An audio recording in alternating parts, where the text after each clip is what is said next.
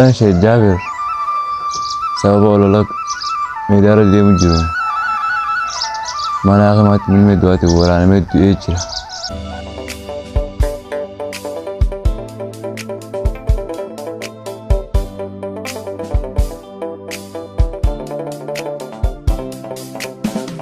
Sheikh Jabir sababa ololak meydara deemu jiro mana akhimat milme duwati warana med jira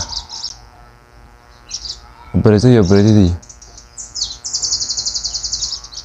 wanti kana osoo dhageesse akkam yaaddati simbaan kan dhaggeeffatu jirtu dhugaan sinjaa ilmi namaa ilma namaati fadhu waan fadhe dalagaa addunyaa irratti du'a murteessiniif tasa du'a murteessiniif osoo wanti akkasii gurra siiseen ta'ee gammaddoo yoo ta'e bu'aas hin qabu. Obboleessa kiyya obboleettii tiyya Hamzaan Sheikh Jabir jechuun ani nan naqatu waa'ee isaa keessa amantaa keessa nan naqatu dhugaan sinjaa garuu waan baroomsa ta'u waan guddaa si barsiisaa jira jettee namana ati akka isaa hordofaa jirtu.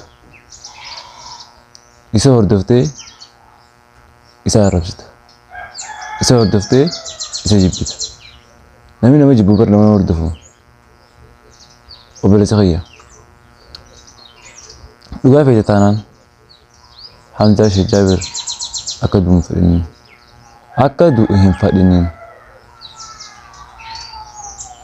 du'a silaa dandeesse du'a qaata jiisa ture ilmi namaa silaa du'a harka qabaatee wal hundisa ture Aziz akkasumatti osoo guyyaa Hamzaa Sheikh Jabir agarte isin ajjeesta garuu Hamzaa Sheikh Jabir sagalee isaa yoo dhaggeeffatte haasa isaa viidiyoo isaa hunda yoo dhaggeeffatte jiraatte ani waan toleen dalagaa ani waan natti tole qofaan dalaga waan natti tole hin dalagu jee jira egaa waan baroomsa qabus akkasitti barsiisu jiru nin beeka amantaa nan naqatu amantaa irratti waan beeku dubbatee waan hin beeknes dubbatee barachuu danda'a saniif yoo dubbate ta'uu danda'a maal beeku ati Hamzaa Sheikh Jabir waan firaa dubbatu keenya amma nama isaa arrabse reakshinii irra godhee firaa waajuu ni danda'a mirga isaati ati haasaa kana dhaggeeffattee haasaa isaa keessa jiru kan dhaggeeffattee gisee du'a murteessitu mas dhagahama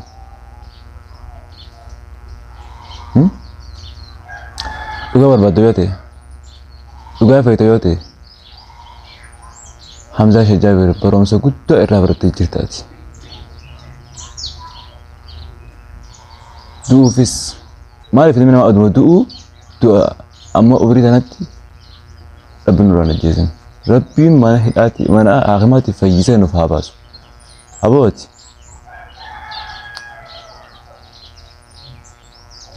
Ati Hamzaa Sheikh Jabiritu viidiyoo qullaa maal jettee ergitee haasoitu. Ta'uu danda'a.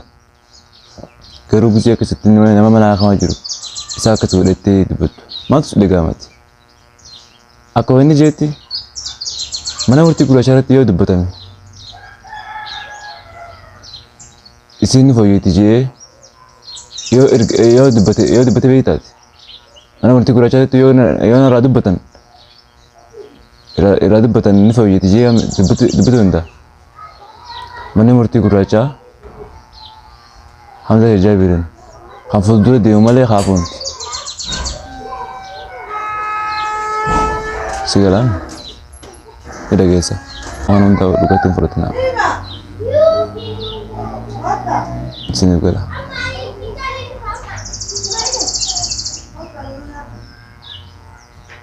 Osoo beektu akka nama beekne maaliif taate? Si fayyadaa kun? Si fayyadaa kun? Hojii badhiise. Du'a namaa hawwiin. Hamzaa Sheikh Jabir urrii nuuf haa dhalatu. Hamzaa Sheikh Jabir beekumsa Rabbii haa hiduuf. Hamzaa Sheikh Jabir mana akhimaatti fayyee haa bahu. Na arrabsa akka fe'etti bu'aa naaf hin qabdeetti. Ilmi namaa wal jibbuun bu'aas hin qabu. sigalame waan fadha sote doona winif waan fadha dandeessa khayanta wali fi gorsin maal do fetan rabbi saajis rabbi buasin qabu ajis rabbi fayyise rabbi ubrinu haderesu fayyada mana khamar habo akuma dure tagatanitti yo kharifatan taate kalatoma rabbi duwaay ko dhaati rabbi fayyisa yo khagam taate mo disibe ndawotin video tan Kembali saya, kembetus, rifatus. Yo rifatus doa ko dif, yo kembetimu buang kabdu. Ati yo kembeti buang kabdu. Akan doa kembet. Tugu berbadote. Hamzah Jabir. Hajirat, ubrim hadirat, fajaran manas maranu habo.